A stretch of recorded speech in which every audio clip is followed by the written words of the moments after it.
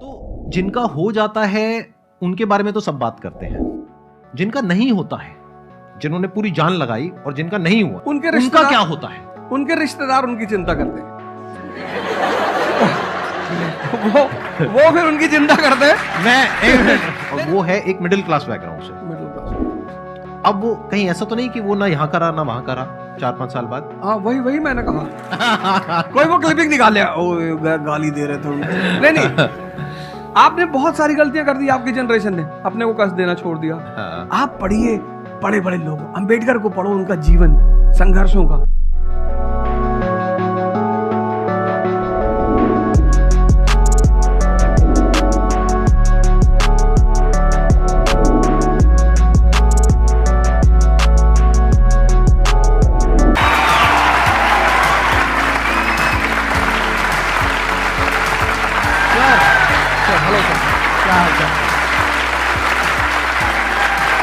बैठिए जी, बैठिए।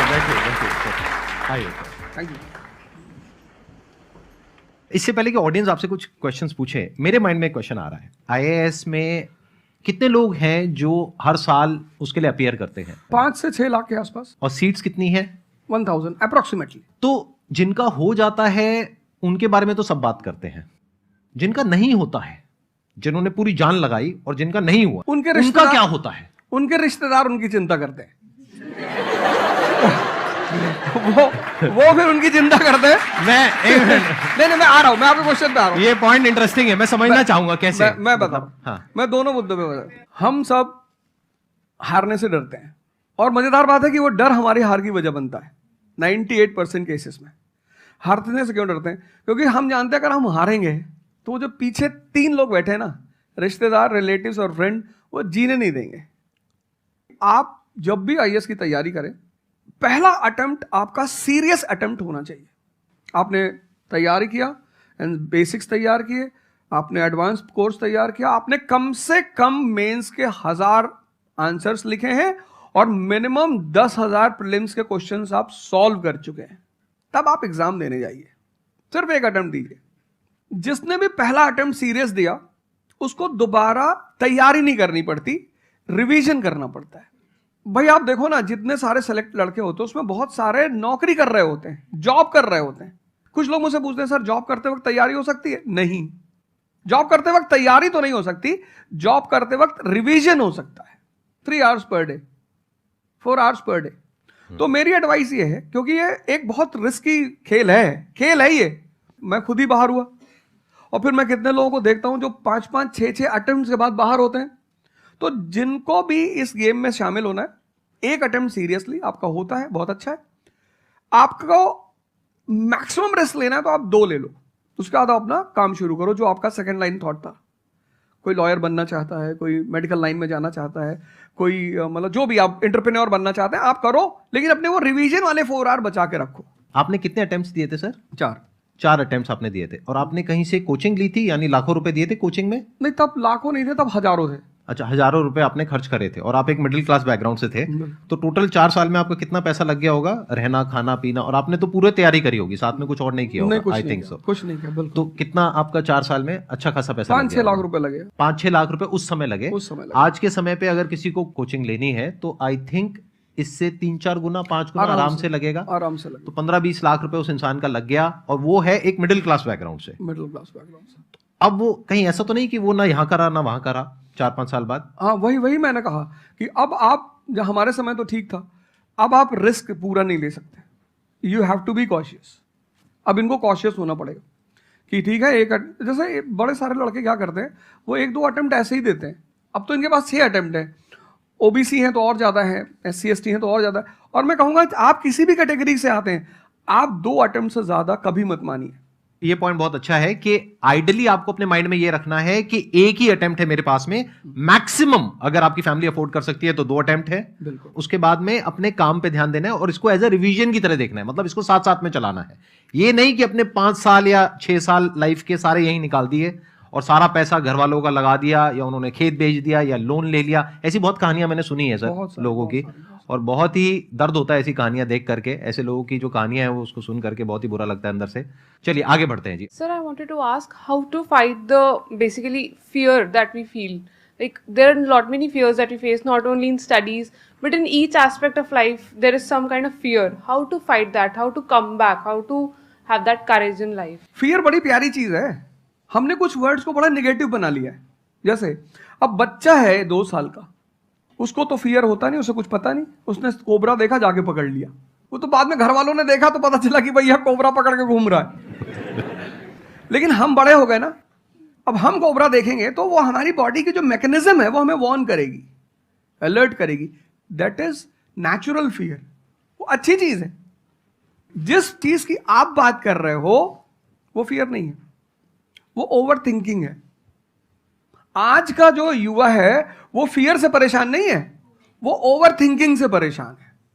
अब ये ओवर थिंकिंग क्यों है, उस फैक्टर पे आते हैं. ओवर थिंकिंग की वजह क्या है? ओवर थिंकिंग की वजह यह है कि आज का समाज इतना एक्सपैंड कर चुका है. You are outside your house, तुमको तुम्हारी दोस्त मिल गई कि मैं कल लंदन से आई, क्या लाइफ है लंदन में यार, और मैं तो ये कर रही वो कर रही. आपको लगा हम ही पागल है यार, आईएएस की तैयारी कर रहे. फिर शाम को किसी फ्रेंड का फोन आ गया कि मैं तो अब ऑस्ट्रेलिया जा रही हूं, मैं तो वहीं सेटल हो जाऊंगी. 90s में हमारे पास इतने स्कोप नहीं थे. हमारी जो लाइफ थी वहां ओवर थिंकिंग इसलिए नहीं थी, आपने भी सर देखा होगा, क्योंकि हमारे पास इतने स्कोप नहीं थे. आज तुम्हारी जनरेशन में यू हैव मल्टीपल फील्ड्स, मतलब इतने सारे फील्ड्स ओपन है. तो जब तुम घूम के चारों तरफ देखते हो और तुम देखते हो कि तुम्हारे ही साथ के लोग बड़ी सारी फील्ड में एक्सेल कर रहे हैं, काम कर रहे हैं, अर्न कर रहे हैं, तो तुम्हारा दिमाग भागना शुरू करता है. फिर क्या होता है, हमारे पेरेंट्स हमसे ज्यादा ओवर थिंकिंग करते हैं, क्योंकि बड़े हमको लेकर कॉशियस होते हैं. हाँ. एक हमने ओवर थिंकिंग की, हम अपना संभाल लें किसी तरह. हम घर के अंदर गए, मम्मी रो रही है कि वो निशा मिली थी, 20 लाख का पैकेज है उसका. दूसरा प्रेशर तुम्हारे ऊपर आ गया. ये जो प्रेशर हम मल्टीपल फेस करते हैं, तो एक तुम्हारा प्रेशर, एक माँ बाप का प्रेशर. पता लगा बुआ जी ने रात में फोन कर दिया, क्या कर रही हो जी. तुम सारे लोग प्रेशर से लड़ रहे हो इस वक्त, मल्टीपल फ्रंट पे. ये कोई फियर उयर नहीं है. ये प्रेशर दूर कैसे होगा, इस पे थोड़ी सी बात कर ले. जहां इंटरनल ताकत है वहां कॉन्फिडेंस है. आज का युवा क्या कर रहा है, बादाम का तेल लगा रहा है, बादाम की क्रीम लगा रहा है, बादाम का साबुन लगा रहा है, खा रहा गुटखा.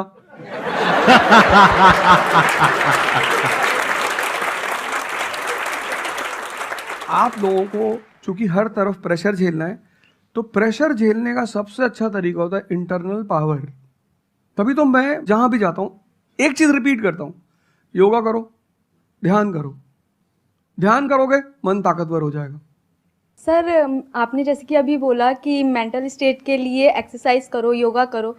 तो पहले तो मैं फिजियोथेरेपिस्ट हूँ, ठीक है. मैं सुबह से मतलब योगा एक्सरसाइज है मेरा डेली रूटीन है, करना भी और कराना भी. उसके बाद भी at the end of the day मैं डिप्रेस हो जाती हूँ. ये नहीं कि मन नहीं लगता, इस चीज़ में ही मन लगता है, फैमिली से भी पूरा मन लगता है, ठीक है. उसके बाद भी end of the day depress हो जाती हूँ. तो उसको डिप्रेशन कैसे कम करी जाए? हम किसके साथ रहते हैं वो बहुत इंपॉर्टेंट है. मेरे एक दोस्त मेरे साथ आ रहे थे आज से करीब 7-8 साल पहले, धौला कुआं से. रात का टाइम था और हम दोनों, मैं गाड़ी चला रहा था, हम इंडिया गेट के सामने से निकले तो उन्होंने मुझसे कहा कि अब हम बुढ़े हो गए हैं. मैंने गाड़ी रोकी, मैंने कहा उतरो. तो उन्होंने कहा कि क्या हुआ, मैंने कहा उतरो तो, उतरो जरा. उतर गए, मैंने दरवाजा बंद करो, चले गए. आज तक मैंने उनसे बात नहीं की. उनसे पूछते हैं आज, अब तो खैर बात ही नहीं होती, पर वो बहुत उन्होंने कोशिश की कि अब क्या हुआ. तुम दिन भर अपने आप को मोटिवेट करती हो, काम करती हो, जब तुम वापस घर में आती हो, अपने समाज में जाती हो, तो सब तुम्हारे मेंटल स्टेटस का थोड़ी है, वो तुम्हारी सारी ऊर्जा को खींच लेते हैं. इसीलिए तो माँ बाप हमारी संगत पे बड़ा ध्यान देते हैं. तुम्हें लगता होगा कि माँ बाप कितने बदमाश हैं, माँ बाप भगवान हैं. उनका एक्सपीरियंस तुम अपने दोस्तों को लेके जाया करो उनके सामने. कोई अल्ट्रासाउंड क्या करेगा जितना माँ बाप करते हैं, कोई स्कैनर क्या करेगा. सही बात है, देख के कोई फोटो कैमरा क्या फोटो खींचेगी, देख के बता देते हैं. बहुत बहुत दुष्ट है ये. इसकी आंख के नीचे देखो, यहाँ निशान है, बहुत दुष्ट है ये. और वो लॉजिक भी बड़ी अच्छी सी देते हैं, कोई कुछ भी देते हैं लेकिन बड़ा अच्छा सा लॉजिक देते हैं. तो ये हमारे साथ होता है. इसलिए हमें पहले गुरुकुल भेजा जाता था। और आज की हमारी सोसाइटी, इसको सिर्फ नेगेटिव दिखाई पड़ रहा है। मैं अभी अब घर गया था, हमसे लोग कह रहे भैया 24 का चुनाव लड़ोगे? मैंने कहा यार पॉलिटिकल पार्टियां कह रही कि तुम सीधे प्रधानमंत्री बन जाओ। अननेसेसरी परेशान किए हुए, अननेसेसरी दूसरों से मत। और ये एक जगह का नहीं है, ये यूनिवर्सल हो चुका है। तुमने कह दिया कि मैं आईएएस की तैयारी कर रही हूं, अरे नहीं होता किसी का। तिवारी जी की लड़की दी थी, 2 साल बाद पागल हुई। तुम इतने डिप्रेस समाज में रह रहे हो। वो तो महेश्वरी जी जैसे लोग हैं जिन्होंने बहुत लोगों को जिंदा कर रखा है। Thank you sir. जब आपको कोई सहारा नहीं होता, आपने टाइप किया संदीप महेश्वरी, एक वीडियो आ गया, आप रिलैक्स हो गए। जब आप इन्हें सुनते हो तो आपका टेम्परेचर हाई होता है। तो एक ही आदमी को आप सुनते हो ना जिससे टेम्परेचर हाई हुआ, हमको सुन लिया कुछ ज्यादा ही हाई हो गया। लेकिन 2 लोगों को छोड़ दो, 3 लोगों को छोड़ दो, 4 लोगों को, ऐसे 10-12 लोग हिंदुस्तान में है, पॉपुलेशन 1 बिलियन 50 करोड़। तो तुम 10 लोगों को सुनो और बाकी जो तुम्हारे साथ 500 जुड़े हैं वो तुम्हें तो नीचे ही ले जा रहे हैं। इससे बचो, अपनी सर्कल को थोड़ा सा रिजर्व करो। तुम किससे बात करते हो, कौन सा लिटरेचर पढ़ते हो, लिटरेचर पर ध्यान दो। जैसे मैं रश्मिरथ पढ़ता रहता हूं, खाली हुआ, प्रसादों के कनकाब शिखर होते कबूतरों के ही घर। ये जो बड़े बड़े मकान है, कभी किसी बाज को यहां रहते हुए देखा? कबूतर रहते हैं। क्या लाइन है, प्रसादों के कनकाब शिखर, कितने मतलब महलों के जो बड़े बड़े शिखर, उसमें सिर्फ कबूतर रहते हैं। प्रसादों के कनकाब शिखर होते कबूतरों के ही घर, महलों में गरुड़ न रहता है, कंचन पर कभी न सोता। कंचन मतलब सोना। लग्जरी नहीं चाहिए। तुम लोग इतनी लग्जरी चाहते हो, लग्जरी आदमी को मेंटली कमजोर बनाती है। मैं आश्रम में था, मैंने ज्यादा खाना खा लिया। मेरा एक नियम है, नो एक्सरसाइज नो फूड। मतलब अगर एक्सरसाइज नहीं करूंगा तो मैं खाना नहीं खाऊंगा। वहां एक बाबा जी, वो प्रेम में उन्होंने घी पे घी डालते चले, मैंने खा लो। फिर वो हुआ कि भाई यहाँ घूमेंगे, चारों तरफ जंगल है, डरा दिया इन लोगों ने। एक बार एक भालू एक आदमी की टांग काट के ले गया। अरे मैंने कहा आज कोई भालू वालू नहीं आएगा, मैं जाऊंगा। फिर मैंने 4-5 लोगों को तैयार किया अपने साथ, उनको थोड़ा मोटिवेट किया कि जंगल में घूमने से ऑक्सीजन लेवल बढ़ता है। वो लोग भी तैयार हो गए कि चलो। तो हमारे साथ एक साहब अमेरिका से आए हुए थे, वो भी वॉक करने निकले, बोले हम भी चलेंगे। मैंने कहा भाई साहब क्यों जा रहे हो? कहते हम भी चलेंगे। मैं उनका नाम नहीं लूंगा। 1 किलोमीटर के बाद उन्होंने मुझसे कहा मेरे बैग में यहाँ बहुत पेन हो रहा है। 1 किलोमीटर। तुम लोगों ने पता है अपने आप को कष्ट देना छोड़ दिया है। You are dying for luxury, you have become weak physically and mentally. थोड़ा थोड़ा सा कष्ट दो अपने आप को, थोड़ा टेम्परेचर हाई रखो, थोड़ा बड़े टेम्परेचर वालों के साथ रहो। हमने अपने आप को कष्ट, हम कौन सी नॉवेल पढ़ रहे हैं? Half girlfriend.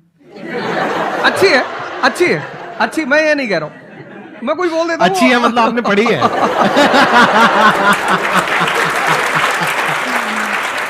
नहीं फिर कोई पकड़ निकाल लेगा, कोई वो क्लिपिंग निकाल लेगा, ओ गाली दे रहे थे।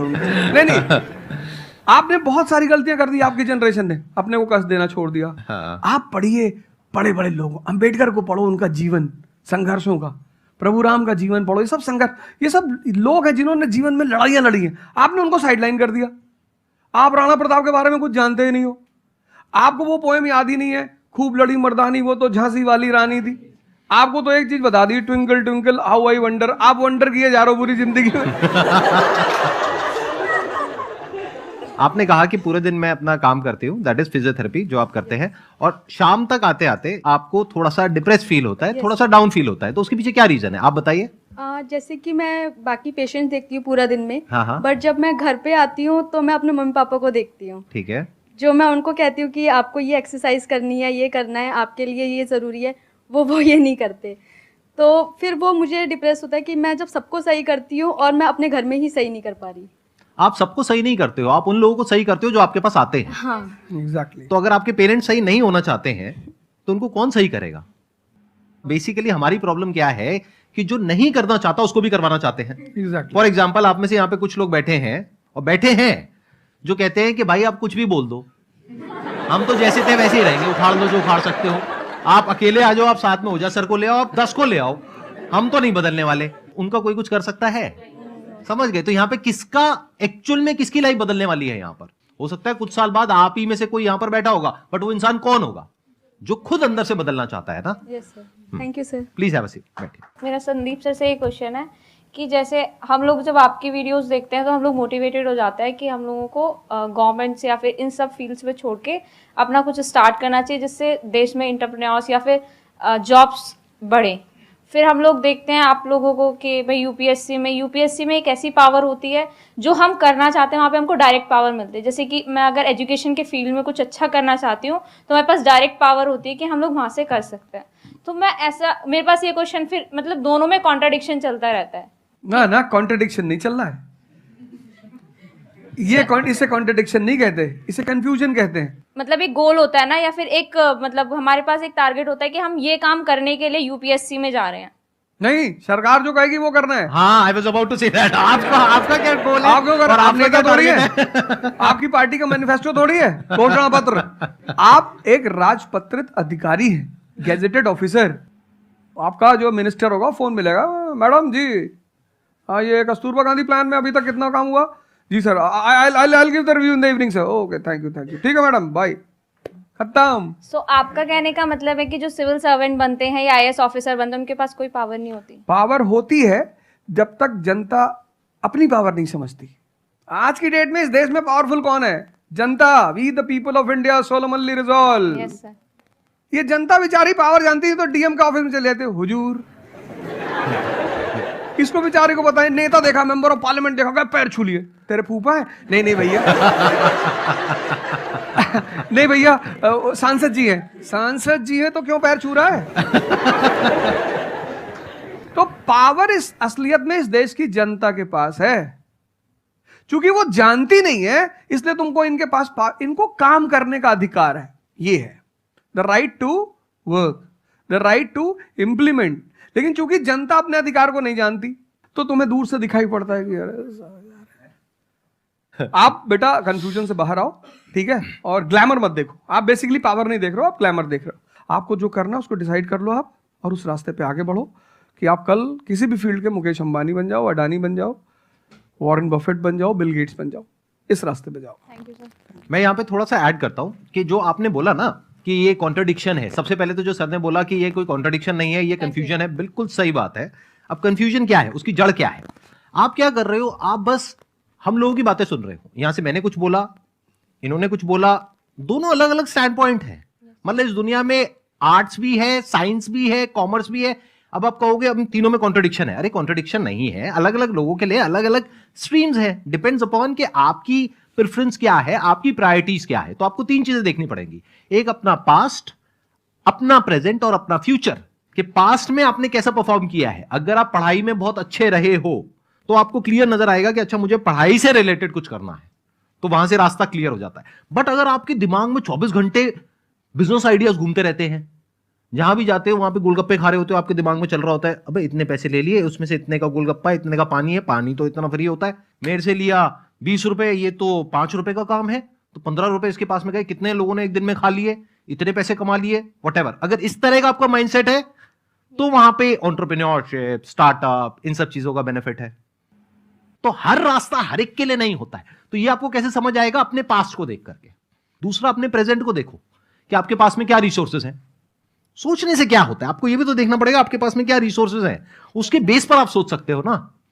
कल को आप कहो कि मैं एक टेलीकॉम कंपनी लॉन्च करूंगी जो कि जियो को कंपटीशन देगी, ठीक है, सोच लो। कुछ नहीं होगा।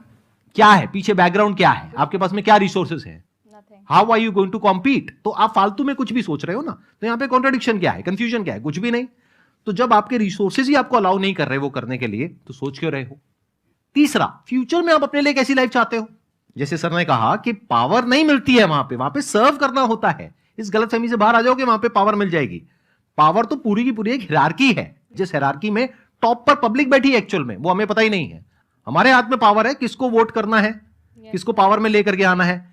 फिर उनकी पावर के अकॉर्डिंग आगे पावर का डिस्ट्रीब्यूशन होता है, पॉलिसीज का डिस्ट्रीब्यूशन होता है, फिर उसको इंप्लीमेंट करना होता है। तो आपको देखना है कि आपको एग्जैक्टली लाइफ में चाहिए क्या है। कि अगर आपका माइंड है बहुत ज्यादा क्रिएटिव, कि आपको हमेशा दिमाग में आइडियाज घूमते रहते हैं कि कुछ अजीब करना है, कुछ अलग करना है, ये करना है, वो करना है, तो फिर वो रास्ता आपके लिए नहीं है, क्योंकि वहां पे आपके पास में पावर नहीं है, रिस्पॉन्सिबिलिटी है। But once you go in the entrepreneurship space, वहां पे रिस्पॉन्सिबिलिटी नहीं है, वहां पे पावर है, क्रिएटिव। Power to create. अब आपको देखना है कि एट द एज ऑफ 42, 48 आप किसके जैसा बनना चाहते हो। अगर एक टीचर बनना चाहते हो तो ये रास्ता है। उसके अलावा जिन्होंने यूपीएससी को क्रैक किया है उन लोगों को आप लाइफस्टाइल देख सकते हो। वैसे बनना चाहते हो, बहुत बढ़िया। मेरे जैसा बनना चाहते हो, बहुत बढ़िया। किसी और के जैसा बनना चाहते हो, बहुत बढ़िया। बट किस बेस पर?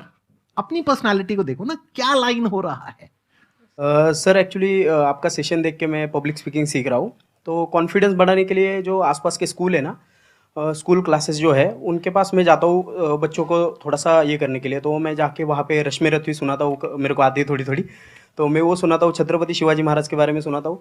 तो उन बच्चों का मैंने थोड़ा नोटिस किया, तो वो क्या कह रहे थे मुझे कि सर जो टीचर है अभी जो सिखा रहे हैं वो बस सब्जेक्ट के बारे में बताते हैं और बोरिंग तरीके से सिखाते हैं, ना कोई एक्स्ट्रा कुछ एक्टिविटी नहीं करवाते, कुछ नहीं करवाते। और जब ऐसा कोई एडिशनल गेस्ट आता है जो कुछ एडिशनल सिखाता है तो उनका माइंडसेट थोड़ा चेंज होता है कि सामने वाले टीचर से भी वो वही एक्सपेक्ट करते हैं। तो मुझे कभी कभी लगने लगा है कि मैं जाके गलत कर रहा हूँ या वो टीचर का, वो स्टूडेंट का देखने का नज़रिया बदल रहा है, तो वो वही से वो एक्सपेक्ट कर रहा है और उनका मन वहीं पे नहीं लग रहा है वो सब्जेक्ट में। तो अभी मैं क्या काम करने के दो तरीके हैं। एक, आपको काम करना ही है, कोई ऑप्शन नहीं है। एक है आप किसी भी कीमत पे काम करना चाहते हो। जैसे मैं किसी भी कीमत पर पढ़ाना चाहता ही हूं। इसने मुझे इज्जत दिया, सम्मान दिया, प्रेम दिया। मैं एक शादी में गया था 2 दिन पहले, लोग दूल्हे उल्हे को छोड़ के मेरे पास आ गए। दूसरा बेचारा फ्रस्ट्रेशन में आ गया कि यार हमसे मैसेज किया हुआ तुम यहाँ से चले जाओ। मतलब उनके भाई ने मुझे मैसेज किया, बड़े भाई ने कहा वो यार तुम यहाँ से जाओ, यार शादी नहीं हो रही है। मतलब वो द्वार चार वगैरह सारा प्रोग्राम था, वो सब बाहर हो जाओ सर, हो जाओ सर। तो हमारा जो देश का शिक्षक है उसके मन में कोई मोटिवेशन नहीं है कि वो क्यों पढ़ाए। जैसे हमारे घर मामा आए, हमारे उनके आने पे हम बड़े खुश होते थे कि मामा आए। क्यों? क्योंकि हमें पता था कि जब जाएंगे तो पैसा देके जाएंगे। इस देश के शिक्षक को, सरकार को कुछ ऐसा करना चाहिए कि उसके मन में एक मोटिवेशन हो कि 6 बजे का स्कूल है वो सुबह 4 बजे पहुंच जाए। कुछ ना करे इस देश की सरकार, सिर्फ उनको वीआईपी का दर्जा दे दे। फिर आप देखना, पैसा तो कौन नहीं कमा रहा है, शिक्षक सम्मान चाहता है। तो मैं अपने टीचरों से पुराने मिलता हूं, तो जैसे कहीं मिल गए वो सड़क पे, मैं खड़ा हो गया, रोक दिया सब, हाँ सर, पैर चले, तुरंत ऐसे सीना उन्हें चौड़ा कर लेते हैं कि हमारा बच्चा है जी। शिक्षक एक दुनिया की ऐसी लॉबी है जिसको सम्मान चाहिए। आप लोग कहीं भी अपने पुराने टीचरों को मिला करो, ठीक है, हो सकता है उन्होंने आपको कभी मारा हो, डांटा हो, कुछ बोला हो, लेकिन अब आप उनको थोड़ा सम्मान दे दिया करो, उससे बड़ा उन्हें फील होगा। हमारे देश के शिक्षकों के पास इनर मोटिवेशन की कमी है। कुछ लोग हैं जो इंडिविजुअल मोटिवेटेड रहते हैं, वो करते हैं कई सारे टीचर, लेकिन वो इंडिविजुअल। कुछ लोग होते हैं ना जिनको अपने धर्म का एहसास होता है, उनके लिए वो ड्यूटी नहीं होती, वो धर्म है उनका। तो वो तो जैसे भाई आप जाके आप धर्म के रूप में कर रहे हैं, 2-4 टीचर और भी कर रहे हैं, 10 टीचर और भी कर रहे हैं, लेकिन सरकार को, टीचरों को कुछ तो ऐसा करना चाहिए कि उन्हें फील हो कि नहीं यार ये हमारा देश है, ये हमारे बच्चे हैं, हमें इनको बनाना है और ऊपर उठाना है। तो अगर सरकार कुछ ऐसा कर देगी ना, सेल्फ मोटिवेशन दे देगी, अरे फिर तुम देखना इस देश के टीचरों को। सर, इसमें आपसे बात करते करते ना मेरे माइंड में एक सॉल्यूशन आ रहा है, क्योंकि एज एन एंटरप्रेन्योर मेरे माइंड में सिस्टम्स एंड प्रोसेसेस घूमते हैं। मतलब मेरे माइंड में ये घूमता है कि कैसे एक प्रॉब्लम है उसको सिस्टम में कन्वर्ट कर दिया जाए, जो कि वो काम अपने आप हो जाए। क्योंकि ऐसे बहुत ही कम टीचर्स होंगे जो अंदर से मोटिवेटेड होंगे। तो ये थ्योरेटिकली तो बड़ा अच्छा लग रहा है सुनने में, बट हजारों में कोई एक आध होगा। बिल्कुल बिल्कुल। तो अब मेरा स्टैंड पॉइंट क्या है कि क्या हो अगर जैसे हम ई-कॉमर्स वेबसाइट्स पे जाते हैं, वहां पे प्रोडक्ट के रिव्यूज होते हैं। रिव्यू कौन देता है? जो कस्टमर है। तो टीचर का रिव्यू कौन दे सकता है? जो बाहर बैठा है उस कमरे से, वो, या जो कमरे के अंदर बैठे हैं। तो अगर कुछ ऐसा सिस्टम हो जाए, एक ऐसा प्लेटफॉर्म बन जाए गवर्नमेंट का जहां पे सारे टीचर्स लिस्टेड हो और based upon the number of reviews and the quality of reviews उनको रिवॉर्ड दिया जाए अच्छा ऑटोमेटिकली। कि मतलब जो नंबर 1 पे आया उसकी सैलरी डबल, कि अगर उसकी 50,000 है तो 1 लाख। बहुत अच्छा सोल्यूशन।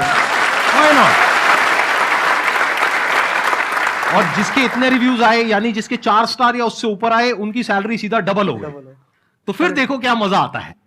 फिर हिस्ट्री पढ़ाने का जो स्टाइल है ना, वो सारे टीचर्स आएंगे अवध ओझा सर के चैनल पर और आकर के सीखेंगे भाई क्या कहानी है ये, ऐसे कैसे पढ़ाएं कि बच्चे दीवाने हो जाए, और फिर अपने आप को अपग्रेड करेंगे। नहीं तो अपग्रेड करने की मोटिवेशन कहाँ है? जैसे एक एंटरप्रेन्योर होता है, उसके पास में तो मोटिवेशन होती है कि अगर मैंने अपने जो भी प्रोडक्ट है, सर्विस है या काम है, उसको अपग्रेड किया तो करते ही मेरे को इमीडिएट रिवॉर्ड मिलेगा।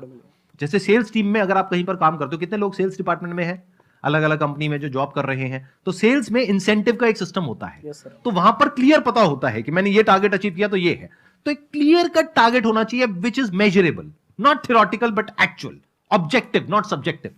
कि ऑब्जेक्टिव एक टारगेट होना चाहिए in terms of numbers which can be calculated, and a transparent system जहां पे स्टूडेंट्स वोट करेंगे और जो टीचर्स जीतेंगे पूरे इंडिया लेवल पे या स्टेट लेवल पे, उनको बुला करके जो हमारे देश के प्रेसिडेंट हैं या प्राइम मिनिस्टर हैं वो आकर के रिवॉर्ड देंगे। Yes sir.